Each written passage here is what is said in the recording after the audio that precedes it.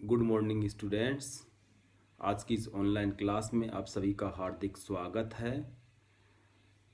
आज हम मार्क्सवादी परंपरा या मार्क्सवादी दृष्टिकोण के प्रमुख समाजशास्त्री डीपी मुखर्जी का जो योगदान है या उनके कार्यों का उल्लेख आज के इस लेक्चर में करेंगे। जैसा कि पहले की क्लास में आप सबको बताया गया था कि डीपी मुखर्जी का पूरा नाम द्विजटी प्रसाद मुखर्जी है और ये लखनऊ संप्रदाय के समाजशास्त्री माने जाते हैं और ये स्वयं को मार्क्सोलॉजिस्ट कहलाना अधिक पसंद करते थे। और उनका जीवन काल है वो 1894 से लेकर के 1962 तक इनका जीवन काल रहा और इन्होंने जीवन काल में अनेक पुस्तकें लिखी। उनमें 7-8 पुस्तकें प्रमुख हैं जिनको भी आपको पिछली कक्षाओं में लिखा दिया गया था। और इन्होंने मार्क्सवादी दृष्टिकोण है उसके आधार पर भारतीय समाज को समझने की इन्होंने कोशिश की है। और जो डीपी मुखर्जी का योगदान है उसे हम निम्नलिखित बिंदु में बांट सकते हैं। उसकी व्याख्या हम निम्नलिखित बिंदुओं के आधार पे करेंगे। पहला, इन्होंने व्यक्तित्व के बारे में इन्होंने कही। दूसरा पॉइंट हम ले सकते हैं कि आधुनिक भारतीय संस्कृति। तीसरा पॉइंट हम लेंगे परंपराएं, जहाँ पर इन्होंने परंपराओं के द्वंद्व की बात इन्होंने कही और मुखर्जी इससे जाने जाते हैं परंपराओं के अध्ययन के नाम पे। चौथा, इन्हें समाजशास्त्र की प्रकृति तथा पद्धति की बात डीपी मुखर्जी ने की है। और नए मध्यम वर्ग की भूमिका के बारे में भी डीपी मुखर्जी ने बात की है। और अगला पॉइंट इनके योगदान के बारे में हम लिखेंगे भारतीय इतिहास की रचना के बारे में इन्होंने लिखी है। और अगला पॉइंट आधुनिकीकरण के बारे में इन्होंने कही है। और इसके बाद इन्होंने संगीत के बारे में भी इन्होंने डीपी मुखर्जी साहब ने बात की है। अब हम एक एक पॉइंट करके लेंगे, तो जब भी प्रश्न आए तो डीपी मुखर्जी का पूरा नाम आप लिखेंगे द्विजटी प्रसाद मुखर्जी। इनका जो जीवन काल है 1894 से 1962। फिर आपको जो इनकी जो पुस्तकें बताई हैं उनके बारे में लिखना है और लिखेंगे कि इनने मार्क्सवादी विचारधारा के आधार पर भारतीय समाज की व्याख्या की है, भारतीय समाज को समझा है। इनकी पुस्तकें लिखने के बाद जो इनका योगदान है वो हम बताएंगे। उसमें व्यक्तित्व और आधुनिक भारतीय संस्कृति की बात डीपी मुखर्जी करते हैं, परंपराओं के द्वंद्व की बात करते हैं, समाजशास्त्र की प्रकृति तथा पद्धति की बात करते हैं और नए मध्यम वर्ग की भूमिका की बात करते हैं, भारतीय इतिहास की रचना, व्यक्तित्व, आधुनिकीकरण और संगीत की बात इन्होंने की है। अब हम एक एक पॉइंट इन्होंने देखेंगे कि व्यक्तित्व के बारे में डीपी मुखर्जी ने क्या कहा है। तो डीपी मुखर्जी ने बताया कि भारतीय समाज मधुमक्खियों और मकड़ियों जैसा है जो अनुशासन के साथ साथ रहता है, अनुशासन के साथ जुड़ा हुआ है। इसकी खूबसूरती ये है कि अधिकांश लोग ये अनुभव नहीं करते कि वे अनुशासित हैं, बाकी अनुशासन उनकी प्रकृति में है। इसलिए भारतीय समाजशास्त्रियों को उनके अध्ययन के लिए समूह को इकाई के रूप में स्वीकार करना चाहिए और उनमें से व्यक्ति को ऊपर उभार देना चाहिए। यही हमारी परंपरा है। तो व्यक्तित्व के बारे में डीपी मुखर्जी ने लिखे कि अनुशासन हमारे भारतीयों के व्यक्तित्व में है और हर व्यक्ति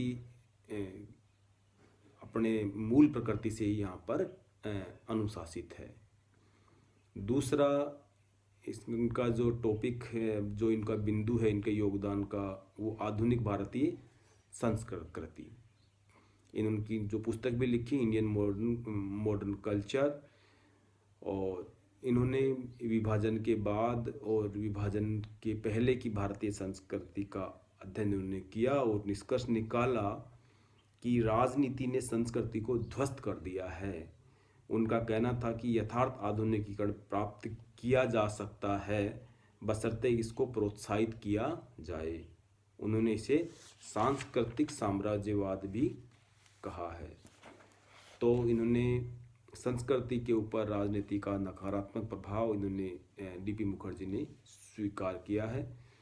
साथ ही डीपी मुखर्जी कहते हैं कि आधुनिकीकरण पारंपरिक मूल्यों तथा सांस्कृतिक प्रतिमानों को श्रम शक्ति प्रदान करने, उन्हें ऊर्जा देने और उनमें निरंतरता बनाए रखने का काम कर सकता है। और परंपरा निरंतरता का पर्याय है। एक बात और महत्वपूर्ण बात इसमें डीपी मुखर्जी कहते हैं कि आधुनिकता परंपरा की विरोधी नहीं है, उसको इन दोनों को आपस में एक पूरक के रूप में, एक साथी के रूप में हमें स्वीकार करना चाहिए।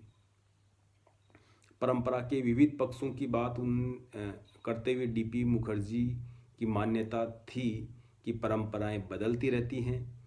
परिवर्तन के लिए भारत में परंपराओं के लिए 3 सूत्र स्वीकार किए गए हैं। वो 3 हैं: श्रुति, स्मृति और अनुभव। बाद में इनने परंपरा और आधुनिकता में द्वंद्व की बात भी डीपी मुखर्जी करते हैं। डीपी मुखर्जी कहते हैं कि स्त्री पुरुषों के भूतकालीन जीवन में घटी पुरानी घटनाओं से संवर्धित मूल्यों का संकलन परंपरा की मुख्य शक्ति है। और डीपी मुखर्जी का ये मानना था कि भारतीय परंपराओं में काफ़ी लचीलापन है। भारतीय संस्कृति ने अनेक संस्कृतियों को अपने में समेटा है, अपने में समाहित किया है। हिंदू मुस्लिम संस्कृति तथा पाश्चात्य और भारतीय संस्कृति के समन्वय इसके उपयुक्त उदाहरण हैं। साथ ही डीपी मुखर्जी परंपरा की पूजा नहीं करते। उनकी संपूर्ण व्यक्ति या संतुलित व्यक्तित्व की अवधारणा में भारतीय पाश्चात्य परंपराओं के बीच द्वंद्वात्मकता परंपरा को समझने के लिए मजबूर करती है। डीपी मुखर्जी का कहना है कि बिना किसी सामाजिक लागत के परंपराओं का ज्ञान रखना महत्वपूर्ण है। उनकी पुस्तक ट्रेडिशन एंड मॉडर्निटी इन 2 ध्रुवों को समझने में समर्थ है। ट्रेडिशन एंड मॉडर्निटी, जहाँ इन्होंने परंपरा और आधुनिकीकरण की द्वंद्वात्मकता की चर्चा अपनी पुस्तक ट्रेडिशन एंड मॉडर्निटी में की है। साथ ही डीपी मुखर्जी कहते हैं कि भारतीय परंपरा और आधुनिकता के बीच द्वंद्वात्मक संबंध है। उपनिवेशवाद और राष्ट्रवाद तथा व्यक्ति और सामूहिकता के बीच द्वंद्वात्मक संबंध हैं। तो द्वंद्वात्मक संबंध मुखर्जी ने किन के बीच बताया? उपनिवेशवाद और राष्ट्रवाद के बीच में, और व्यक्ति और समूह के बीच में भी द्वंद्वात्मक संबंध डीपी मुखर्जी ने बताए हैं। डीपी मुखर्जी इसी परिप्रेक्ष्य में परंपराओं के अध्ययन के साथ में जुड़े हुए थे।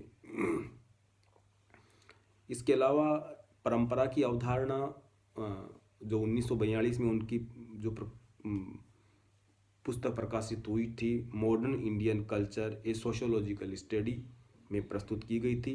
भारतीय संस्कृति के संबंध में परंपराओं के बारे में डीपी मुखर्जी ने एक चीज़ और लिखी है कि सामाजिक और ऐतिहासिक प्रक्रिया में भारतीय संस्कृति में अनेक परंपराएं रही हैं जिन्होंने भारतीयों में समान प्रवृत्तियां उत्पन्न की हैं।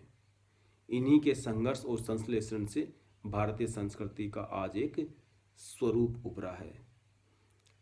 वे कहा करते थे कि संस्कृति का राजनीतिकरण नहीं होना चाहिए, जैसा कि आपको बताया गया है कि उन्होंने परंपराओं के ऊपर राजनीति का नकारात्मक प्रभाव स्वीकार उन्होंने किया है।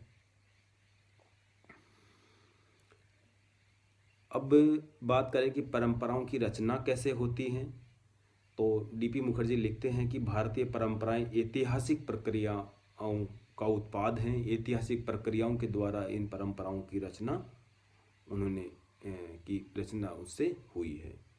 भारतीय संस्कृति की समन्वयवादिता में धार्मिक विचारधाराओं के समावेश की बात भी डीपी मुखर्जी ने कही है। मुखर्जी ने परंपराओं को 3 भागों में विभाजित कर देखा है: प्राथमिक परंपराएं, दैतिक परंपराएं और तृतीयक परंपराएं। अब अंतिम बात आती है कि परंपराओं के स्रोत किन्होंने माना है, तो डीपी मुखर्जी ने स्वीकार किया कि भारत की परंपराओं और आधुनिकीकरण के अध्ययनों के लिए परंपराओं का विश्लेषण आवश्यक है। भारतीय परंपराओं का जो मुख्य स्रोत है, इन्होंने बौद्ध, इस्लाम, हिंदू और पाश्चात्य संस्कृतियों को भारतीय परंपराओं का स्रोत इन्होंने माना है। अब ये तो हुई परंपराओं की बात। अब समाजशास्त्र की प्रकृति और पद्धति के बारे में डीपी मुखर्जी क्या कहते हैं। इस बार डीपी मुखर्जी कहते हैं कि डीपी मुखर्जी का विचार था कि भारतीय समाजशास्त्रियों को परंपराओं का अध्ययन करना चाहिए। भारतीय समाज बिना किसी स्व-विखंडन के बदल रहा है, ये अभूतपूर्व बात है। डीपी मुखर्जी का मानना है कि भारतीय समाजशास्त्रियों को मात्र समाजशास्त्री होना पर्याप्त नहीं है, उनको भारतीय होना भी आवश्यक है, क्योंकि उससे नित्य प्रति जनरीतियों, आदर्शों, परंपराओं, प्रथाओं का सामना करना पड़ेगा। अब भारतीय परिस्थितियां तथा मार्क्सवाद, डीपी मुखर्जी का, जैसे कि आपको पहले ही बताया कि मार्क्सवाद में बड़ा विश्वास था।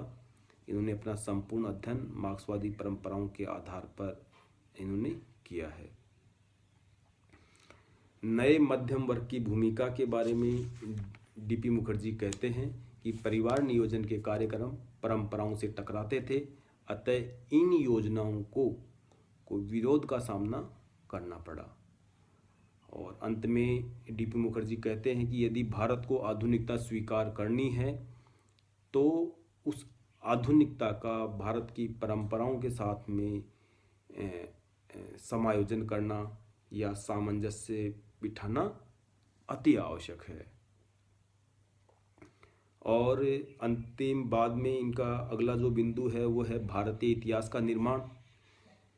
भारतीय इतिहास के निर्माण के बारे में डीपी मुखर्जी कहते हैं कि मार्क्स ने भारत में ब्रिटिश राज पर टिप्पणी की थी कि भारत का एक भूत अवश्य है, पर इतिहास विशेष रूप से ज्ञातव्य इतिहास नहीं है।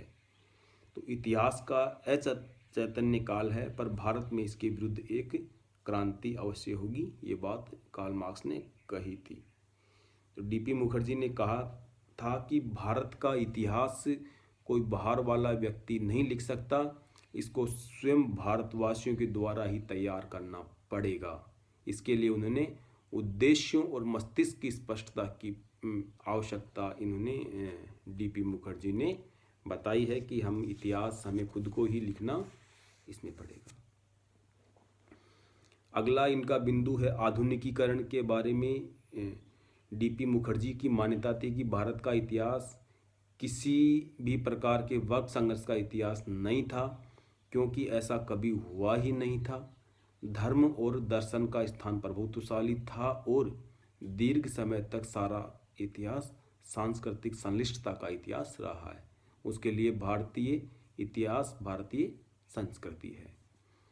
भारत के दुख जैसे घृणा और विभाजन मूलतः इस्लामी मूल्यों के समावेश के कारण भारत में पैदा हुए थे। उनके अनुसार इतिहास रुक जाता है यदि उसे धक्का न दिया जाए। डीपी मुखर्जी लिखते हैं कि आत्म चैतन्यता आधुनिकीकरण का एक स्वरूप है। इन मुखर्जी की रचनाओं में इसके तत्व ढूंढे जा सकते हैं। राष्ट्रवाद, प्रजातंत्र, विज्ञान और तकनीकी का उपयोग, प्रकृति का संरक्षण, सामाजिक और आर्थिक विकास के लिए योजनाओं का निर्माण, सभी कुछ इन तत्वों में शामिल है। अंतिम बिंदु है संगीत। तो डीपी मुखर्जी की जो कृति है इंट्रोडक्शन टू म्यूजिक की तुलना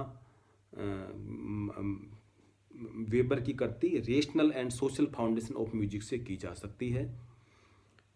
या हम सरल शब्दों में बात करें तो इसमें आपको इतना ही लिखना है कि डीपी मुखर्जी ने अपनी कृति इंट्रोडक्शन टू म्यूजिक में संगीत के बारे में विशद चर्चा उन्होंने की है।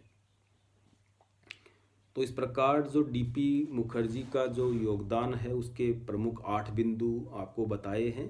पहला व्यक्तित्व, उनकी आधुनिक भारतीय संस्कृति, परंपराएं, समाजशास्त्र की प्रकृति तथा पद्धति, नए मध्यम वर्गों की भूमिका, भारतीय इतिहास की रचना, आधुनिकीकरण और संगीत। तो इन सब में डीपी मुखर्जी का जो सबसे बड़ा सैद्धांतिक योगदान परंपराओं के द्वंद्व के संबंध में इन्होंने है, और इनके इर्द गिर्द इनका संपूर्ण जो चिंतन वो घूमता है।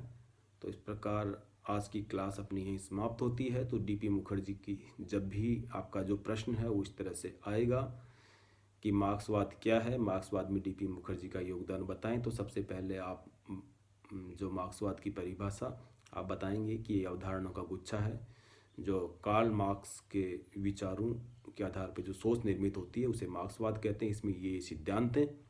फिर डीपी मुखर्जी का परिचय, उनका किताबों का नाम, उनके अवधारणाओं के बारे में आप संक्षिप्त में लिख करके पूरा योगदान बताएंगे। नमस्कार।